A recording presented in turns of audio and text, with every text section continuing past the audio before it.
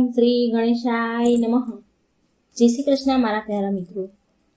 નવરાત્રી ચાલી રહી છે અને આજે છે નવરાત્રીનો 9મો દિવસ.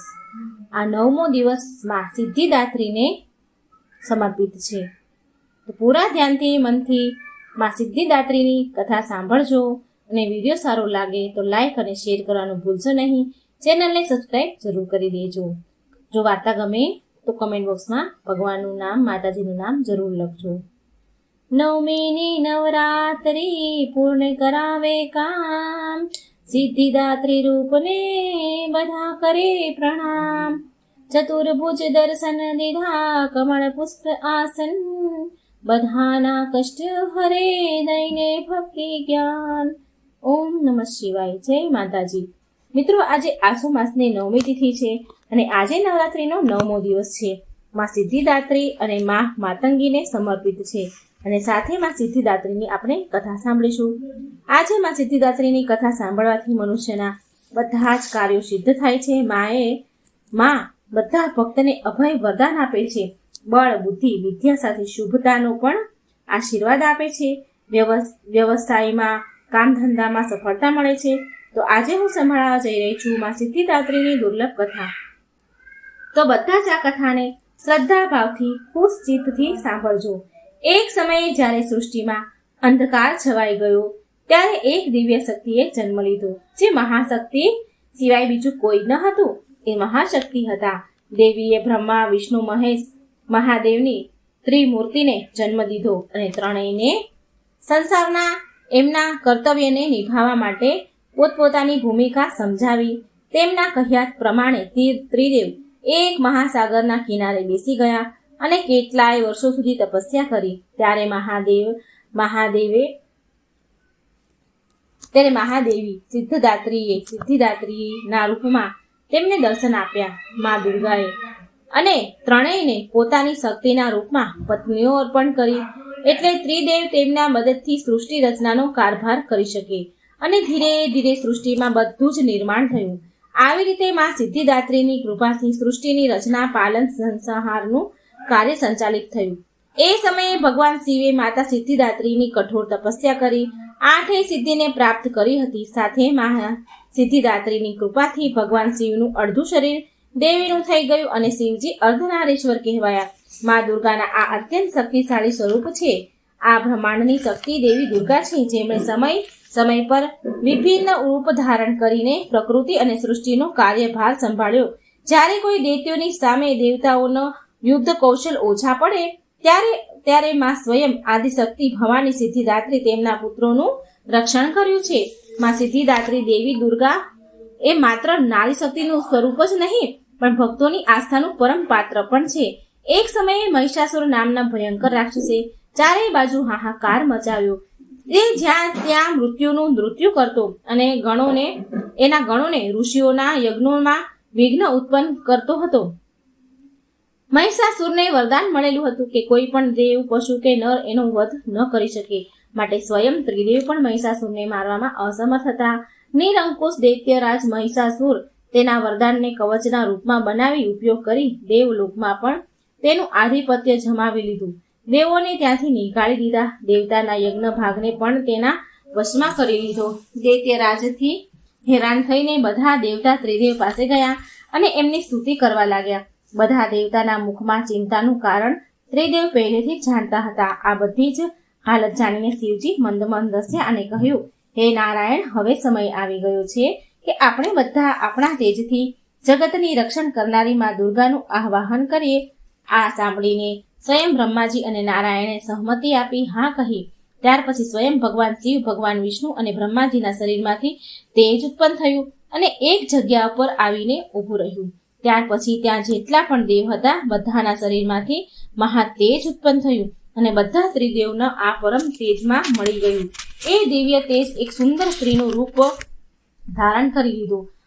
મહાદેવના તેજથી માનું મુખ અને નારાયણના તેજથી માની 8 ભુજાઓ, બ્રહ્મદેવના તેજથી ચરણ પાદુકા, યમરાજાના તેજથી મસ્તક અને કેશ, ચંદ્રમાના તેજથી માતાના સ્તન, દેવરાજના ઇન્દ્રના તેજથી માની કમર, વરુણ દેવના તેજથી જાંઘ અને આવી રીતે બીજા દેવતાગણના તેજથી માના અન્ય અંગો ઉત્પન્ન થયા.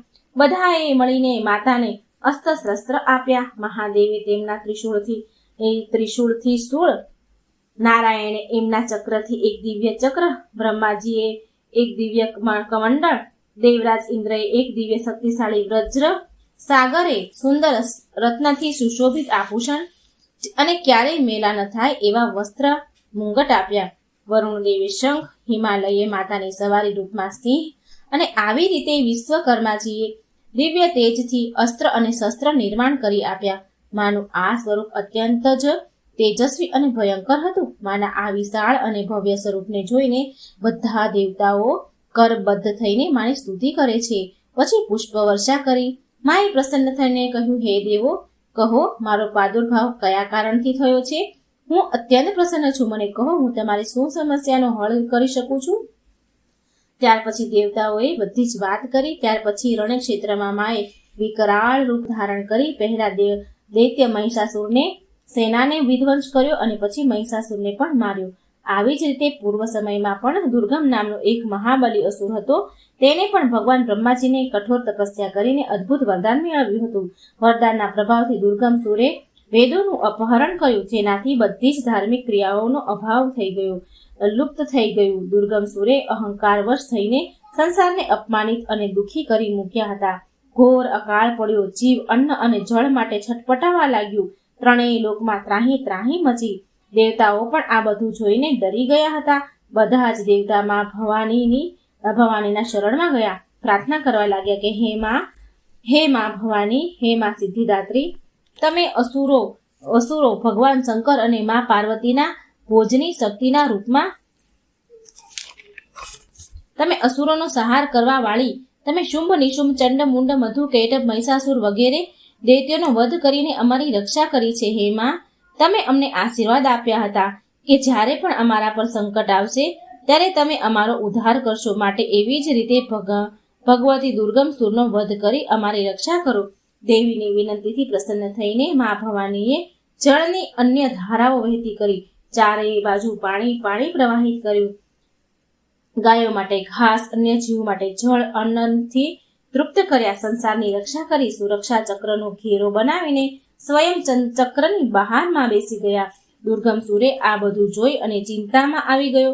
પછી અસુરની સેનાથી આક્રમણ કરાવ્યું. ત્યારે મા ભગવતીએ અસ્ત્ર શસ્ત્રથી સુસજ્જિત થઈને વિરાટ રૂપ ધારણ કરી બધી સેનાનો વધ કરી ત્રિશૂળથી દુર્ગમ સુરનો પણ વધ કરી નાખ્યો. સંસારમાં ધર્મની સ્થાપના કરી. દુર્ગમ સુરના વધ કરવાના કારણે મા ભગવતી દુર્ગાનું નામ દુર્ગા વિશે ઓળખાયું. મા ભગવતીનું નામ દુર્ગા પડ્યું. મા સિદ્ધિદાત્રી કમળના ફૂલ પર બિરાજે છે. હા, કે માનું વાહન સિંહ છે. મા સિદ્ધિદાત્રીને 4 ભુજા છે. માના ડાબા હાથની પહેલી ભુજામાં ગદા અને બીજા હાથની ભુજામાં ચક્ર છે. જમણી બાજુની ભુજામાં કમળ અને શંખ છે. 9 દુર્ગામાં સિદ્ધિદાત્રીમાં અંતિમ છે. અન્ય 8 દુર્ગાની ઉપાસના શાસ્ત્રીય વિધિ વિધાન અનુસાર થાય છે. ભક્ત દુર્ગા પૂજા 9મીના 10માં આ માની ઉપાસના પ્રવિષ્ટ થાય છે. આ સિદ્ધિદાત્રીની પૂજા ઉપાસના કર્યા બાદ ભક્તો અને સાધકોની લૌકિક અલૌકિક બધા જ પ્રકારની કામના પૂર્તિ થાય છે. એકવાર પ્રેમથી બોલો, જય માં સિદ્ધિદાત્રી, જય માં દુર્ગા, ઓમ નમઃ શિવાય. હવે ભક્તો આપણે સાંભળીએ ગુપ્ત નવરાત્રિમાં જે 9મા દિવસે 10 મહાવિદ્યામાંથી માતંગી માને આ 9મો દિવસ સમર્પિત છે. તો આપણે સાંભળીએ માતંગી માની કથા. 9મીની નવરાત્રિ પૂર્ણ કરાવે કામ, સિદ્ધિદાત્રી રૂપને કરે બધા પ્રણામ. ચતુર્ભુજમાં દર્શન દીધા, કમળ પુષ્પ આસન, બધાના કષ્ટો હરે માં દઈને ભક્તિ જ્ઞાન. જય માતાજી, ઓમ નમઃ શિવાય. ગુપ્ત નવરાત્રિમાં 9મો દિવસ માતંગી માને સમર્પિત છે. 9મી મહાવિદ્યામાં માતંગી છે. માતંગી દેવી પ્રકૃતિની દેવી છે, કલા સંગીતની દેવી છે, તંત્રની દેવી છે, વચનની દેવી છે. આ માત્ર એક એવા દેવી છે જેના માટે વ્રત નથી રાખવામાં આવતું. આ માં માત્ર મન અને વચનથી તૃપ્ત થઈ જાય છે. ભગવાન શંકર અને મા પાર્વતીના ભોજની શક્તિના રૂપમાં માતંગી દેવીનું ધ્યાન કરવામાં આવે છે. માતંગી દેવીને કોઈ પણ પ્રકારની ઇન્દ્રજાળ અને જાદુને કાપવાની શક્તિ પ્રદાન છે. દેવી માતંગીનું સ્વરૂપ મંગલકારી છે. આ વિદ્યા અને વાણીની અધિષ્ઠાત્રી દેવી છે. પશુ, પક્ષી, જંગલ વગેરે પ્રકૃતિમાં આ માનો વાસ હોય છે. માતંગી દેવી સ્ત્રી લક્ષ્મીનું સ્વરૂપ છે. અન્ય નવરાત્રિમાં જ્યાં 9મું સ્થાન માં સિદ્ધિદાત્રીને પ્રાપ્ત છે, ત્યાં ગુપ્ત નવરાત્રિમાં 9મું સ્થાન દેવી માતંગીને પ્રાપ્ત છે. બંને સ્વરૂપ શ્રી લક્ષ્મીના જ છે. તો પ્રિય ભક્તો, આના પહેલા આપણે કથા મહિમા સાંભળીએ તે પહેલા આ ચેનલને સબસ્ક્રાઇબ કરી લો, વિડીયોને લાઈક અને શેર જરૂર કરજો. અને સુખ, શાંતિ અને વૈભવ અને વિદ્યાની કામના રાખવા વાળા ભક્તો કમેન્ટમાં જય માતંગીમાં જરૂર લખજો, જય મા ભવાની જરૂર લખજો. મા માતંગીની કથા અનુસાર એકવાર ભગવાન વિષ્ણુ અને મહાલક્ષ્મી ભગવાન શિવને ત્યાં ભોજન જમવા આવ્યા, એમને મળવા આવ્યા. શિવજીને અને પાર્વતીજીને મહાલક્ષ્મી અને વિષ્ણુ ભગવાન મળવા આવે છે એમના નિવાસ સ્થાન પર, કૈલાસ પર. હવે માન્યતા અનુસાર ભગવાન વિષ્ણુ તેમની સાથે કંઈક ખાવાની સામગ્રી લઈ ગયા અને શિવજીને ભેટ કરી. ભગવાન શિવ અને મા પાર્વતીએ ભોજન કર્યું, પણ અમુક અંશ ભોજનનો ધરતી પર પડ્યો. એ પડેલા ભોજનથી એક શ્યામ વર્ણવાળી દેવીએ જન્મ લીધો, જે માતંગી નામથી વિખ્યાત થયા. એ પણ કહેવાય છે કે મુનિ માતંગીની પુત્રીના રૂપમાં જન્મ લેવાના કારણે આ માનું નામ માતંગી પડ્યું. માની સર્વપ્રથમ આરાધના ભગવાન વિષ્ણુએ કરી. આ મા વિષ્ણુની આદ્યા શક્તિ પણ માનવામાં આવે છે. દેવી માતંગી ઘેરો નીલો રંગ કે શ્યામ વર્ણના છે. અર્ધચંદ્ર ધારણ કરે છે. 3 સુંદર કમળ નેત્ર છે. રત્નમય સિંહાસન પર બિરાજમાન છે. માને કમળનું આસન પણ બહુ પ્રિય છે. માં ચણોઠીની માળા ધારણ કરે છે. 4 ભુજા છે. લાલ રંગના આભૂષણ માને પ્રિય છે. ડાબા હાથમાં વીણા અને માનવ ખોપડી ધારણ કરે છે તથા જમણા હાથમાં ખડક ધારણ કરે છે. આ માની અભય મુદ્રા છે. પોપટ હરેક સમયે એમની સાથે રહે છે, જે વાણી અને વચનનું પ્રતીક છે. માતંગી દેવીની આરાધના કરવા વાળા વાક પુષ્ટ થાય છે. સતમુદ્ર અને લોકહિત વાણી માને પસંદ છે. અપશબ્દ માને પસંદ નથી. વાક પુષ્ટતાના કાર્ય કરનારા માટે માતંગી દેવીની આરાધના મંગલકારી છે. દેવી કહે છે કે સત્ય બોલો, પ્રિય બોલો. આમાં જ શક્તિ છે. માનું આ રૂપ સૌથી અનોખું છે, કેમ કે તમે ક્યારેય નહીં સાંભળ્યું હોય એવું કે ભગવાનને એઠો ભોજનનો ભોગ લગાવાય. પણ આ માને આ રૂપને ભગવાનને, આ માતાજીને એઠો ભોગ લાગે છે. આ એક જ માં એવા છે કે જેને એઠાનો ભોગ લાગે છે. હવે જાણીએ કે માતા માતંગીના જન્મ કયા ઉપદેશથી થયો હતો. તો મા સતીએ ક્રોધમાં આવીને ભગવાન શિવને એમની વિદ્યાઓમાંનું એક રૂપ માતા માતંગીનું પણ બતાવ્યું હતું. પ્રિય ભક્તો, મા માતંગી આજ્ઞા અનુસાર ઋષિ માર્કંડે પુરાણની રચના કરી હતી, જેમાં માતાની 10 વિદ્યાનું વર્ણન છે. જોકે માતા માતંગીનું આ રૂપ મા સરસ્વતીને સમાન છે, માટે આ માની સાધના કરવાથી આપણને મા સરસ્વતીની પૂજા સમાન લાભ મળે છે. આમ કરવાથી વ્યક્તિની બુદ્ધિનો વિકાસ થાય છે તથા વાણી મધુર બને છે. મા માતંગીના આશીર્વાદથી મનુષ્યને કલા અને સંગીત ક્ષેત્રમાં ઉન્નતિ મળે છે. આના સિવાય માતા માતંગીની પૂજા કરવાથી કોઈ પણ પ્રકારનું જાદુ, ટોણા કે માયાથી છુટકારો મળે છે. જો કોઈ આપણા પર મંત્ર તંત્ર કર્યું હોય તો પણ તમે મા માતંગીની સહાયતાથી તેને છુટકારો મેળવી લો છો.